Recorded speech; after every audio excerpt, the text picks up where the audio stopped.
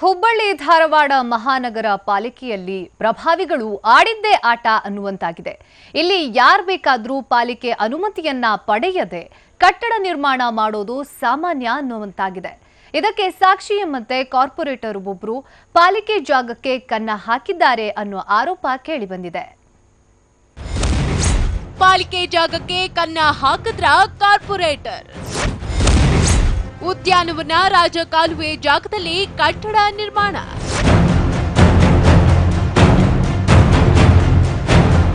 ಹೌದು, ಹುಬ್ಬಳ್ಳಿ ಧಾರವಾಡ ಪಾಲಿಕೆ ಜಾಗವನ್ನ ಬಿಜೆಪಿ ಕಾರ್ಪೊರೇಟರ್ ಒಬ್ಬರು ಒತ್ತುವರಿ ಮಾಡಿಕೊಂಡಿದ್ದಾರೆ ಅನ್ನೋ ಆರೋಪ ಕೇಳಿಬಂದಿದೆ.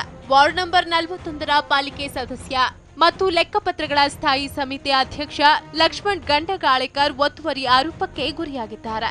ಪಾಲಿಕೆಯ ಉದ್ಯಾನವನ ಹಾಗೂ ರಾಜಕಾಲುವೆ ಜಾಗದಲ್ಲಿ ಒತ್ತುವರಿ ಮಾಡಿಕೊಂಡಿದ್ದಲ್ಲದೆ ಪಾಲಿಕೆ ಅನುಮತಿಯನ್ನು ಪಡೆಯದೆ ಕಟ್ಟಡ ನಿರ್ಮಿಸಿದ್ದಾರೆ.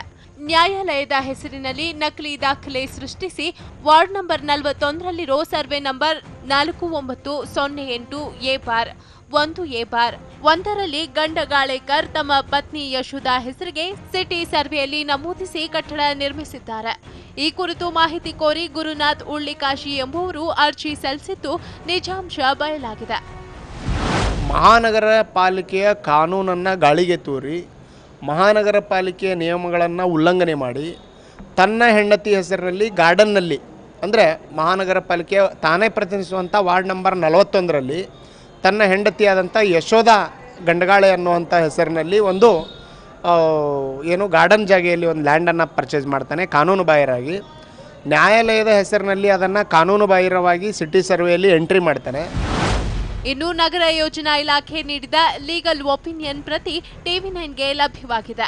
ಪಾಲಿಕೆ ಸದಸ್ಯ ಲಕ್ಷ್ಮಣ್ ಗಂಡಗಾಳೇಕರ್ ಕೆಎಂಸಿ ಕಾಯ್ದೆ ಉಲ್ಲಂಘನೆ ಮಾಡಿದ್ದು ಸ್ಪಷ್ಟವಾಗಿದೆ. ಅಷ್ಟೇ ಅಲ್ಲದೆ ಭೂಮಾಪನ ಇಲಾಖೆಯ ಮ್ಯಾಪ್ನಲ್ಲೂ ಕೂಡ ಒತ್ತುವರಿ ಮಾಡಿಕೊಂಡಿದ್ದು ಸಾಬೀತಾಗಿದೆ.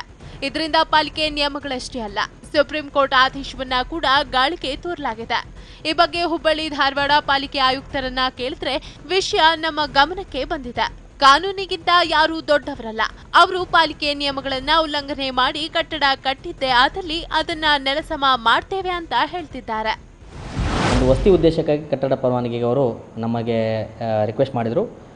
ಅದು ನಂತರ ಪರಿಶೀಲನೆ ಮಾಡಲಿಕ್ಕಾಗಿ ಅದು ಒಂದು ಉದ್ಯಾನವನಕ್ಕೆ ಕಾಯ್ದಿರಿಸಿದ ಜಾಗ ಪ್ರಾಧಿಕಾರದಿಂದ ಅಂತ ಕಂಡು ಬಂದಿದೆ.